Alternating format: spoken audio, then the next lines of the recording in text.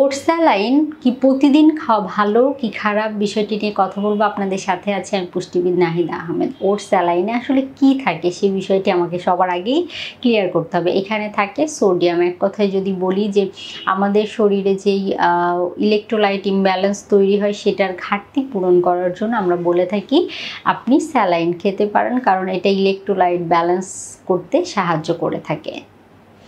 আপনার শরীরে যদি কোনো পুষ্টি উপাদানের ঘাটতি না থাকে তাহলে আপনি কেন নিয়মিত ওটস স্যালাইন খাবেন?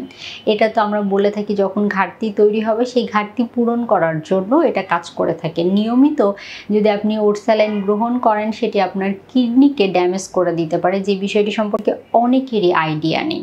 পুষ্টিবিদ হিসাবে আমি সবসময় আসলে বলে থাকি যখন আপনার প্রয়োজন তখন সেই প্রয়োজনটা বুঝে।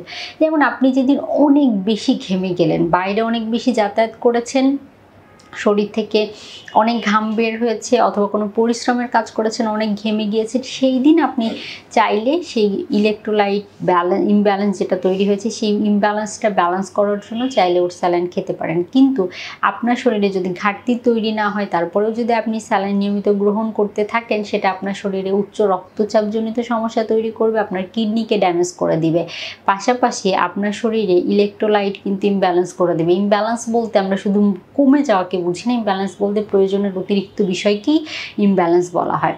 তাই অবশ্যই যদি আপনি সুস্থ থাকতে চান এড়িয়ে চলতে হবে নিয়মিত ওটস স্যালাইন গ্রহণ করা। কারণ আমার কাছে অনেক পেশেন্ট নিয়মিত আসেন আর এই কথাটাই তারা বলেন, ম্যাডাম গরমের সময় আমি তো স্যালাইন খাই, স্যালাইন খেলে না একটু ভালো লাগে।